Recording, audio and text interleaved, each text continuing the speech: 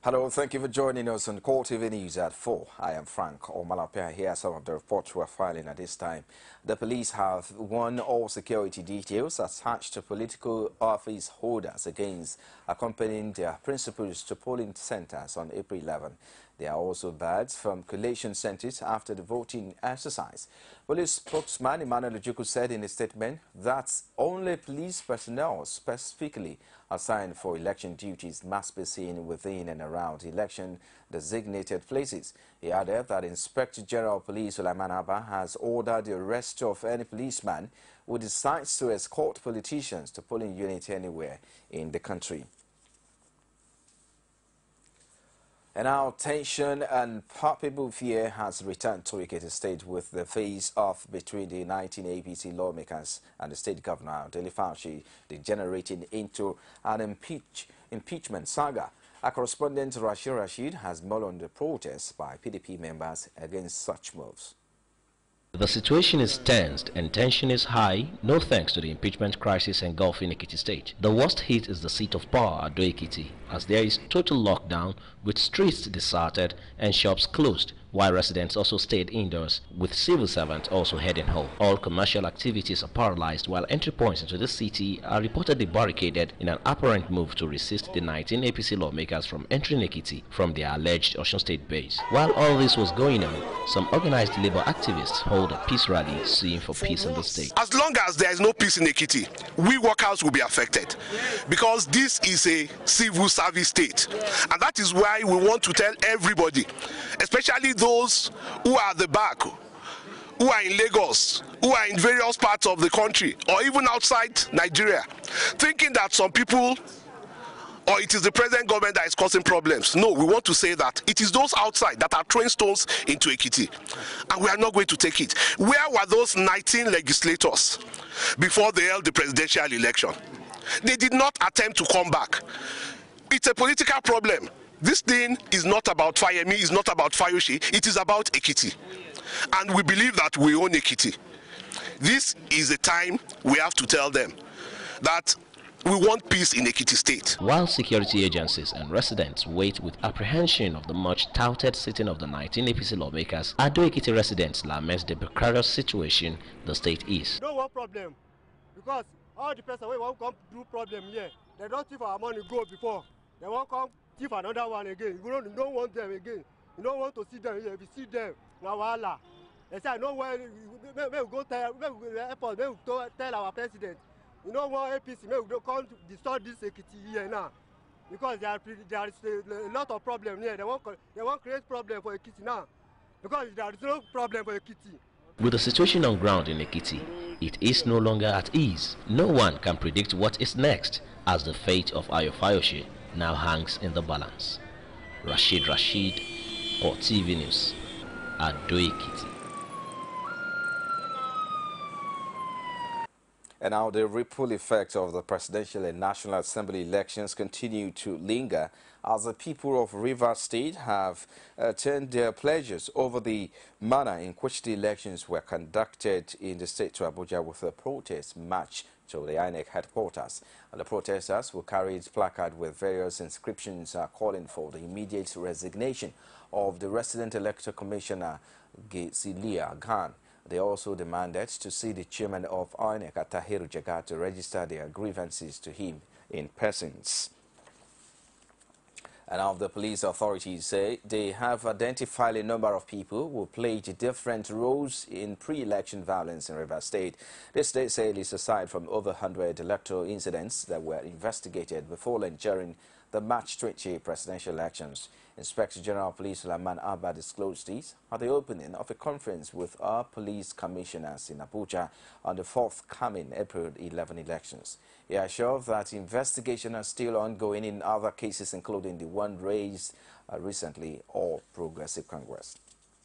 Let me confirm to you first that arrests have been made.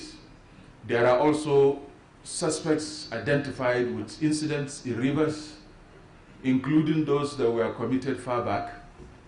That's to say, at the period of the campaigns. We have identified culprits or those we suspect to have been involved or even being the masterminds of these offenses. We have not made it public because we are using all other avenues. Our intelligence, our operatives are out there to arrest them. Where we don't get them immediately, perhaps after a little while, we'll exhaust other avenues, including declaring them wanted.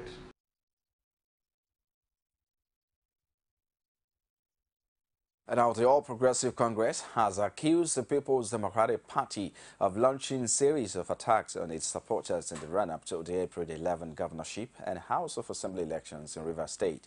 It also claimed that security agencies have been colluding with PDP in the state to intimidate its members. APC spokesman Lai Mohammed said at a news conference in Abuja that at least one of its members was shot dead at the weekend.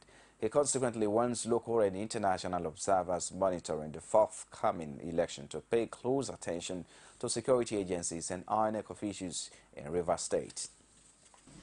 The violence targeted at APC members in Rivers, especially during the last elections, was carried out in full glare and in most cases with the connivance of INEC officials in the state. Of course, it is needless to say that the collusion of INEC with the PDP and the police to pave the way for unbridled violence against APC members and supporters and the subsequent rigging of the elections was spearheaded by the resident electoral commissioner for the Rivers, Ms. Jessila Khan. This issue is already the subject of a very strong petition which our party has written to the chairman of the Independent Electoral Commission in Abuja.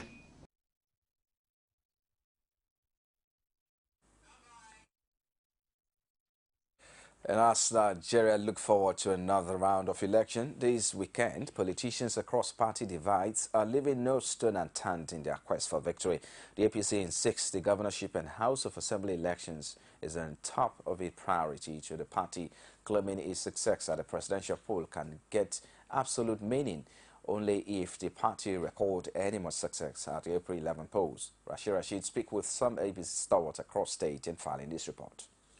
As Nigerians still celebrate Easter, trust politicians' holiday seems over, if there was any, as they prepare for Saturday's elections, this time putting final touches to their campaigns. For Abdul Fattah Ahmed, Kwara State Governor, he thanked Nigerians for effecting change last Saturday, but also canvassed for votes as he seeks re-election this Saturday. And for us, it's a very good development for us as a party, and most importantly for us as a country, because it is telling us that we are truly imbibing the global direction for ensuring that good governance starts with a credible electoral process. And this has shown that Nigeria is truly moving towards the direction of improving the system of governance and making the lives of Nigerians better. But most importantly here, it tells us that for the first time, Nigerians can take their destinies in their hands and decide what they want that is good for them. In Osun State, where there will be no governorship election, the battle may still be as hot up as the last poll. The National Assembly members in Osun State who won seats at last Saturday's poll expressed optimism, saying lawmaking will no longer be business as usual in the coming administration of Muhammadu Buhari. Now that,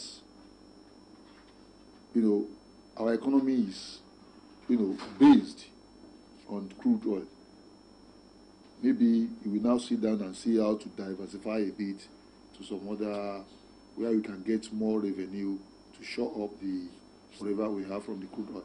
But I know it won't be easy, and Nigerian, we will still need to endure with Buhari like 1-2 years before we can start getting things right. One, he may not know the extent of the damage now until when they get to that office.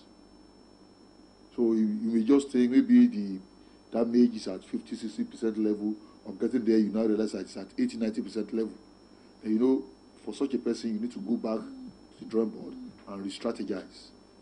So it's not an easy task at all. As Nigerians enter to another election week, political observers note with interest the surprise which may accompany the Saturday's poll. Rashid, CoreTV News. You're watching CoreTV News at 4. We'll take a short break now. We'll be back with more stories after this time out. Stay with us.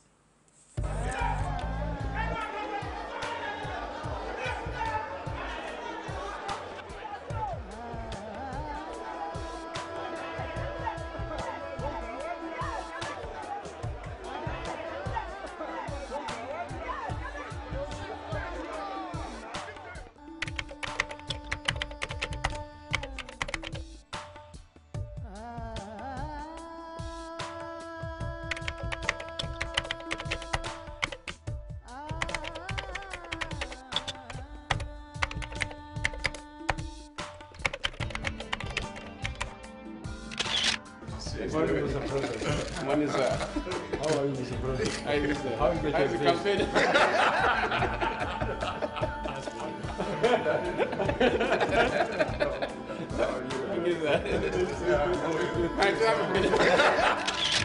We must learn to live together as brothers, or perish together as fools. Martin Luther King, Jr.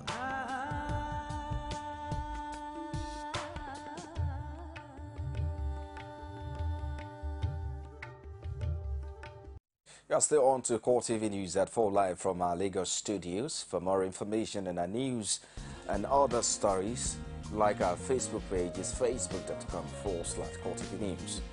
You can also follow at CoreTV News NG. And for live streaming, log on to youtube.com/CoreTV. TV space, the news. And now Nigeria's military authorities say troops have successfully completed a raid on Boko Haram camps in Alagano, Borno State. The area is said to be one of the few places state sergeants still operate from in the state. Defense headquarters disclosed it through its Twitter handle.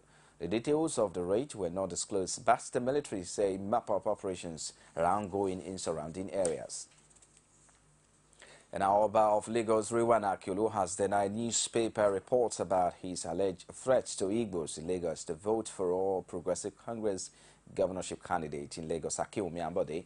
The Oba, in a statement signed on his behalf by Lateef Ajose, the Okpalo of Lagos, said the meeting he had with Ezeng Idigos and the whole of Lagos is just a normal one that is held regularly.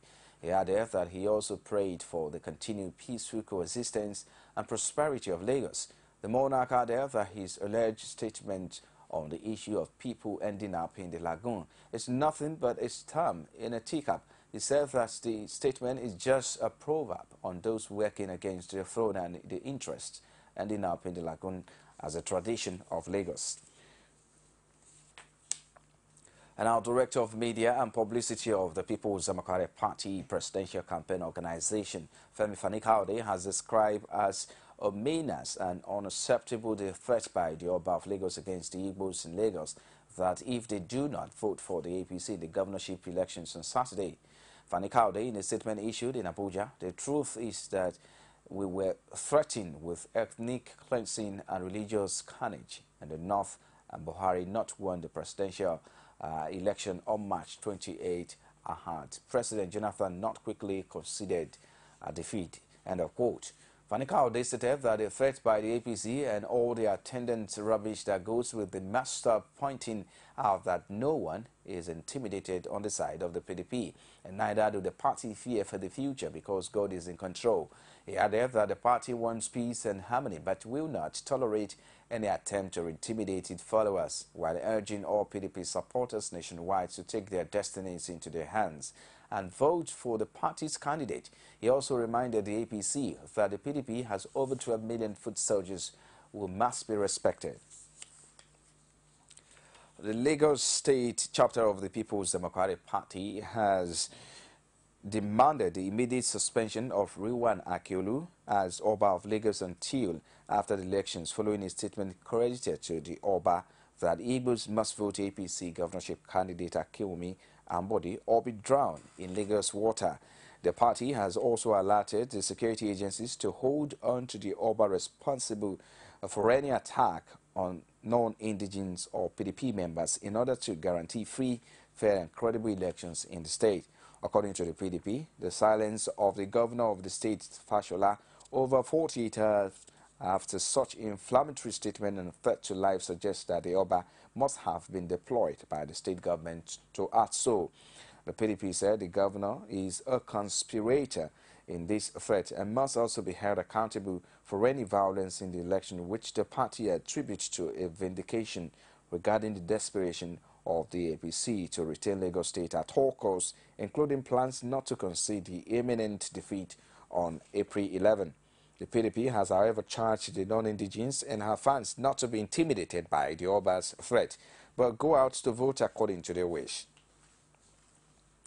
With the governorship and houses of assembly election just a few days away, an Igbo group under the auspices of a progressive Igbo People's Forum in Lagos has endorsed the candidature of APC governorship candidate Akinwumi Ambode and 2 House of Assembly aspirants. Patience Ajiboye was telling our report. Which is an amalgamation of Igbo groups in Surulere, Itira Ikate and Mushin, and comprises other subgroups, say they have decided to pitch their tent with the APC and its governorship candidate in Lagos, as well as House of Assembly representatives from Mushin and Surulere. A decision to join the party at the center following the decision made by the electorate at the presidential polls. One of the coordinators of the group, Ifeanyi Ezeudu, says the Igbos may have erred in the last election, but added that there will not be a repeat of such during the governorship and House of Assembly polls. We know there is some mistakes sometimes. We have learned our lessons and we have made that correction. That's why the honorable members are here today to address them. The party's publicity secretary in Lagos, Joe Igbokwe, says the Igbos have realized that power now belongs in the APC-led center and as such will vote for the APC. Lagos has 20 local governments and 37 LCDAs that are not recognized.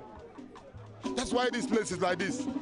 When you get money for 20 local governments, they share it among the 57. They can't get enough to do this road.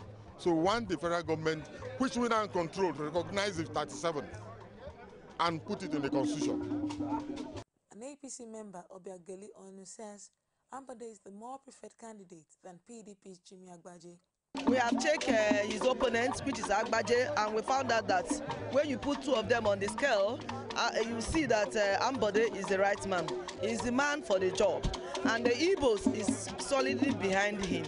And we are going to give him our support all the way from all the local governments.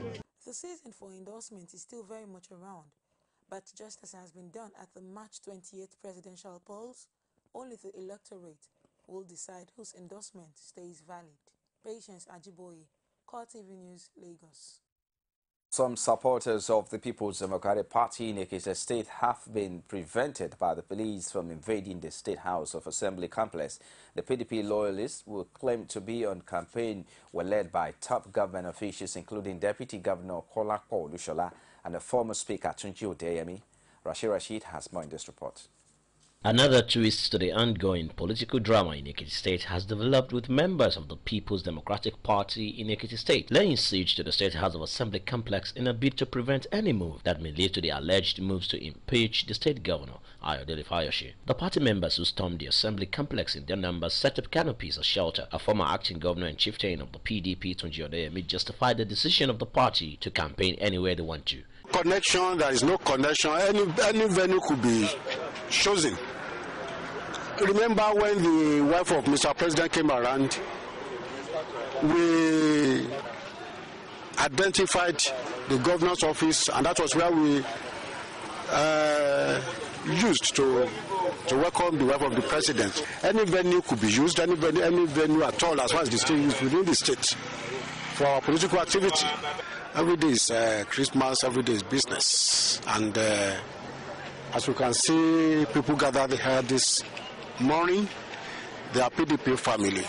Not buying the campaign excuse, the police led by the State Commissioner Taiwo Lakanu arrived at the assembly and dispersed the crowd, while policemen took over the complex with assurance of safety of lives and property. Well, there's no doubt about it that we have security situation at hand, and you could see that we are on ground. We got the information this morning. Men were deployed here, and so far so good. We have succeeded in pushing them back, and we are in control. So I would just advise the residents and citizens that there won't be any problem. We are on top of it. It's a political situation really, but we try our best to curtail any unwholesome incident. Lakanu reaffirmed the command's readiness to ensure peace in the state. The palpable tension in the State House of Assembly has gone up a notch since the re-emergence of the 19 APC lawmakers last week. Rashid, CoreTV News, Ado Ekiti. You're still watching CoreTV News at 4. We'll take another break now, bring you stories outside Nigeria. Stay with us. From time immemorial, women have birthed life, shaped character, and by extension, influenced the society. Moremi of Ife, Emoten of Benin, Queen Aminat of Zaria, all women of influence and power. Whether it's before election, after election. How ironical. Women being so powerful, yet have few grounds in decision making. They see you as a wife, and I see you as a wife to a man. We are talking women in politics. A woman will be bold enough to stand up and say, I want to become president of Nigeria. Only on CoreTV News. Outside Nigeria now, 8 flights to Yemen are being held back by the logistical problems as violence in the country continues. Saudi airstrikes have been targeting Houthi rebels for almost 2 weeks. The International Committee of the Red Cross was given permission to land planes carrying staff and medical supplies by Saudi-led coalition on Saturday, but the flight have been unable to depart, according to ICRC spokeswoman Claire Figali. The UN says more than 500 people have been killed as the Houthi battle forces loyal to the Legal President Abdul Mansour Hadi. The Red Cross is also trying to deploy a team of surgeons to the battle-torn city of Aden, but said that authorization from all the parties involved were necessary before this could happen. Well, and that's a wrap on CoreTV News at 4. Many thanks for watching. I am Frank Omalape. I'll see you again.